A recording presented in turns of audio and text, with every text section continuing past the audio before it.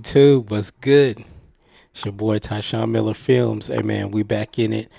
Um, Killing it with the reactions today. We got another one from WatchMojo.com. Shout out to WatchMojo.com. They got a lot of videos I want to react to. So if you guys are loving the WatchMojo.com reactions, I'll keep doing them. I'll probably keep doing them either way because I like reacting to them. But today's video, we got the 10 chilling conspiracy theories about serial killers. We'll probably see some Charles Manson in here, Jeffrey Dahmer, Eileen Wardnose. You know, a video I want to check out, a video about Jack the Ripper. Because I want to know about Jack the Ripper and how it was he never got caught. But anyways, without further ado, let's get into the video. 3, 2, 1, let's get it. Manson did with the girls, create people who would Charles kill Manson without regret or remorse, on command. Welcome to Watch Mojo. And today, we're looking at 10 of the most popular and outlandish conspiracy theories regarding famous serial killers. A windowless room completely lined with asbestos to muffle sound.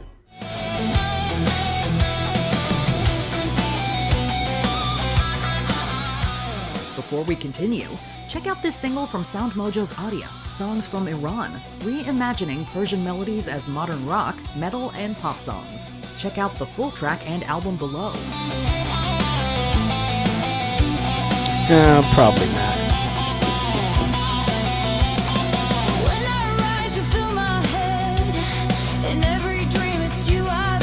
I skipped this. Okay, there we go. The Cecil about to say. Hellmouth, Richard Ramirez.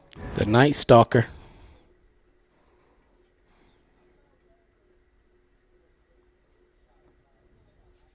The Cecil was a place where serial killers, let their hair down. And if you didn't watch yourself, you might come flying out the window.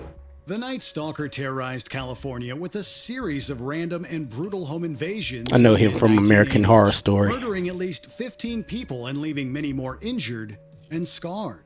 During his crime spree, Ramirez frequently stayed at the Cecil Hotel in Los Angeles. And because the Cecil has a remarkably dark history, And I wonder if a the paranormal conspiracy. I wonder if the Cecil Hotel was inspiration for American Horror Story Hotel, which he's in the Halloween episode of that one, but Richard Ramirez is actually a character in American Horror Story 1984.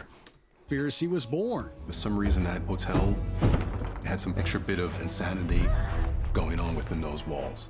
It claims that the hotel sits atop a literal hellmouth, or some kind of demonic vortex that spews out dark Hellmouth, energy. where Buffy so at? Naturally, Ramirez wasn't just a psychopath, but an avatar possessed and energized by the hotel's supernatural forces. Yes, basically an in-real-life Jack Torrance. Of course, the Hellmouth theory is really just a classic case of confirmation bias, an attempt to put a supernatural spin on urban decay and mental illness. A visitor staying at the Cecil, you just think, oh, I'm downtown, let me take a walk and see what's here. Oh, he definitely had more than And mental little do you know illness. that you're staying at ground zero of one of the most dangerous and violent places in the United States of America. The Headless Decoy, Belle Gunness. This killer was an early 20th century Black Widow who posted lonely heart ads, lured wealthy men to her Indiana farm, and murdered them. In 1908, her farmhouse burned to the ground. In the ashes, police found her children alongside the body of a woman missing her head. The logical conclusion is that this was Gunness. But here's where it gets weird. Gunness's hired hand, Ray Lamphere, was convicted of arson for the fire, and he later confessed that Gunness had ordered him to do it. He also claims that she murdered an innocent woman to serve as a decoy. And true to his claim, the headless body was notably shorter and lighter than Gunness. To this day, it has never been definitively proven whether Gunness died in that fire or pulled off the ultimate escape. The elite cover-up hit. So no, she's probably dead by now, but depending on what the timeline is, that was, I mean, it looked like it was maybe in about like the 50s or 60s, could be, going by that picture. But wow. So I wonder, did she get away with it? That's crazy. Jeffrey Dahmer. So you didn't just Jeffrey Dahmer. You desecrated their bodies. Yeah, that was a good show. Lost their flesh. The famous cannibal was beaten to death in 1994 by Christopher Scarver, a fellow inmate at the Columbia Correctional Institution. Yet a persistent internet fringe theory insists that this was not a random act of prison violence, but a planned assassination orchestrated by the government. Theorists claim that Dahmer wasn't just a troubled man from Milwaukee, but a procurement agent for a global syndicate of wealthy elite cannibals. What made you do it? Really? Did you enjoy it? I was lost. I turned away from God. According to this wild conspiracy, Dahmer was preparing to blow the whistle and name high-ranking politicians, prompting the shadow government to activate Scarver to silence him forever. In reality, there is absolutely zero evidence tying Dahmer to any external organization, and Scarver's motives for the murder were entirely his own, driven by schizophrenia and a deep personal disgust for Dahmer's gruesome crimes. You may convince yourself that God has forgiven you. Nah, I don't think he would have snitched on nobody. God's wrath. It always catches up with you. Always. The nationwide snuff ring, John Wayne Gacy. Gacy is a 36-year-old building contractor who reportedly dressed like a clown to entertain at children's parties. Easily one of the most popular serial killers in American history, John Wayne Gacy earned notoriety for both his horrific crimes and for working as a clown. But the theory here has nothing to do with his infamous pastime. Yo, I feel so sad for the women that are married to these monsters, like, or have like dated these men throughout the years. It's just like, you know what I'm saying? If people like know that they've been seen together or whatever, and then they see you now, and it's like, I mean, of course the women didn't know at the time, but it's just crazy for all this shit to come out, and then just look at that person, and it's like, how could you have been with that person?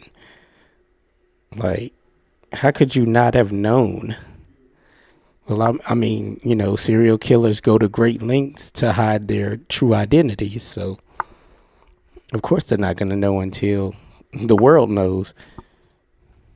Because Gacy was connected in both business and politics, a sprawling conspiracy theory alleges he was merely the disposal man for a nationwide human trafficking ring known as the Delta Project. In fact, the Delta Project was a real thing, and it was co-run by a man named Philip Paskey.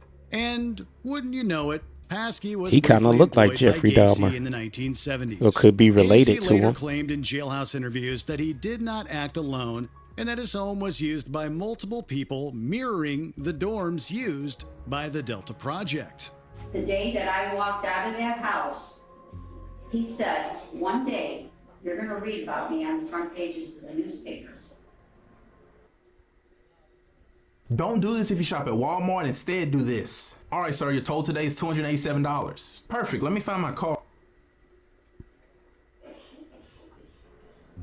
Even being married to him, there was a lot that I didn't know. See what I'm saying? Church cult, David Berkowitz. In the mid-1970s, New York City David Berkowitz, plunged into son of Sam. I can't tell you what effect this series of crimes. I think that's son of Sam. If there's one recurring theme in serial killer conspiracies, it's that they didn't work alone. When David Berkowitz was arrested for the Son of Sam shootings, he famously claimed that a neighbor's demon-possessed dog commanded him to kill. He has since admitted that this story was fake and that he just used it for attention. He got messages because the dog spoke to him. And yeah, the devil made him do it. According to Berkowitz, relaying the message from the devil, it was time to kill. That's when he went out and killed. However, journalist Maury Terry spent years championing a theory that Berkowitz was just the fall guy for something called the Process Church of the Final Judgment. This was supposedly a highly organized satanic cult with underground networks stretching from New York to California. Proponents argue that Berkowitz didn't act alone, but was rather a low-level member covering for the cult's Oh, actual he just the one hitmen that got who were caught. carrying out a master plan of societal terror. I knew there were no real demons, witches, talking dogs, and satanic henchmen. The MK Ultra sleeper agent, Ted Bundy. Ted Bundy. An exceptionally bright student, Ted Bundy enrolled in the University of Washington in 1966 to study Chinese. And if it's not some secret cabal of killers and sex offenders, it's the government. Ted Bundy is perhaps the most famous serial killer ever, known far and wide for his high body count, good looks, and charisma. And because he was so smart, and because he was in university in the 1960s, a fringe theory attempts to tie him to the CIA. Bundy dropped out of university in 1968. The following year, he returned to the East Coast in what he later described as a big... Hey, you never know about the government, man. They be on one. Telling you. And this shit is crazy, I'm telling you. Because you think about it. You look at, say you thinking about some shit, right? In your mind, you talking to yourself about some shit. Yes, I talk to myself. But you talking to yourself about some shit, or like a product or something that you're thinking about, or you're talking to yourself about, and then you go on your phone and you get ready to type it in, and that's the first thing that pops up is the thing that you were talking about, that you're trying to look on your phone now and research. And it's like, what? Like, how did you know that's the first thing I'm looking for? Telling you, man, the government, they probably tapping all of these. You never know. Looking and hearing everything that you do and say. You never know, man, with the government. bid to understand his roots. Some believe that Bundy was a rogue test subject for MK Ultra, the very real and very controversial CIA program that experimented on citizens around that time. Perhaps the government scrambled Bundy's brain using LSD and hypnosis, intending to turn him into a covert sleeper assassin. But the experiment supposedly broke his psyche, resulting in him becoming a serial killer instead. The 27-year-old had been accepted into law school again, this time at the University of Utah. On the surface, he looked like an ordinary student, but inside was a cunning serial killer. The CIA PSYOP, Charles Manson. Because I like the kids, because I can identify with the kids, because they didn't have nobody like I didn't have nobody. How do you stop this the motherfucker? hippies? You brainwash a cult leader and have him kill famous people, apparently. Building heavily on the theme of government paranoia, this story alleges that Charles Manson was an active intelligence asset working for the CIA. The idea is that the U.S. government was terrified of the growing if that's hippie true, counterculture of the 1960s. Specifically, how it contradicted and I don't believe protested it the is, Vietnam but- War movement. I mean, Manson emerged from the hate at the end of 1967, the same time that West left, as exactly what they were trying to create. Well, it was his girls, people who would kill on command without remorse, who would do whatever they were told to do. So they brainwashed Manson to commit the famous Tate LaBianca murders. The goal of the PSYOP was to completely discredit the left in the eyes of the public, painting hippies as little more than murderous vagabonds. Even if the CIA link isn't true, there's still no denying. And I was just saying this in another video. It's like, what are you getting out of all of this? Like killing these famous people besides like jail time, prison time, or death. What are you getting out of this? Well, like, is this what you want to be remembered by? Oh, just killing a famous actress and her boyfriend or husband or whatever? And just coercing a bunch of young people to kill for you? What are you getting out of this? Like, sometimes I would like to dig into the mind of a serial killer to see what their what they're thinking, like what their motives actually are, because it doesn't make any sense. Like what, you know, like what do you just, I don't know. It's just weird to think about. That the Manson family was highly influential in killing the hippie movement for good. Manson used LSD to create personality change and make it fixed, make it last after the LSD trips had ended. I'm staring at these bills and my bank account is staring back at me empty. You've been sitting here for an hour. What's the move? I don't know. Which is in all of the LSD research objectives. Manchurian Candidate. That's a really good movie. The Denzel Washington one anyway. He's designing a multi-use building like you might see today. Retail space, offices, apartments. Sky's the limit. H.H. Holmes. I've never heard of this serial killer. We suppose this one is less conspiracy theory and more wildly exaggerated story. Basically, everyone knows by now that H.H. Holmes built a Labyrinth Hotel in Chicago for the 1893 World's Fair. He then attended the fair to pick up ladies, took them back to his castle, and murdered them with soundproof gas chambers and giant acid vats. He designs a system of pipes leading from Holmes's private apartment to each guest room, where he can control gas to asphyxiate victims. Only most modern historians have thoroughly debunked this story, arguing that the castle was just a poorly constructed building. Yes, there were multiple hidden rooms, but they were used to stash stolen goods, not corpses. Holmes was a con man first and foremost, and yes, he did kill people, but not in the way the famous story suggests. It was almost always someone he knew personally, and usually as part of a larger financial scheme. Where he installed a cremation kiln and lime pits used to eliminate the stench of rotting flesh. It was Lewis Carroll, Jack the Ripper. I was just saying something about Jack the Ripper. Too big. Simply impassable. You mean impossible? No, impassable. Nothing's impossible. This famous serial killer from London was never caught, and many people have been linked to him, including Lewis Carroll. Back in 1996, Richard Wallace published a book claiming that the famous author of Alice in Wonderland was the shadowy Jack the Ripper all along. Curiouser and curious. What? His entire theory rested on anagrams. He took random paragraphs from Carroll's books and rearranged the letters to form sentences where Carroll supposedly confessed to the gruesome murders. It is absolutely bonkers. Carroll would probably be that sounds ridiculous. Name. Unfortunately, the theory is not only extremely libelous, but it also relies entirely on parlor tricks rather than legitimate criminology. You can make an anagram out of almost any lengthy text if you try hard enough. It would be so nice if something would make sense for a change. It was Ted Cruz all along. The Zodiac Killer. Zodiac Killer. I think the Zodiac never got caught either. Get on your stomach so I can tie your feet. We can't mention famous serial killer conspiracies without mentioning Ted Cruz as the Zodiac.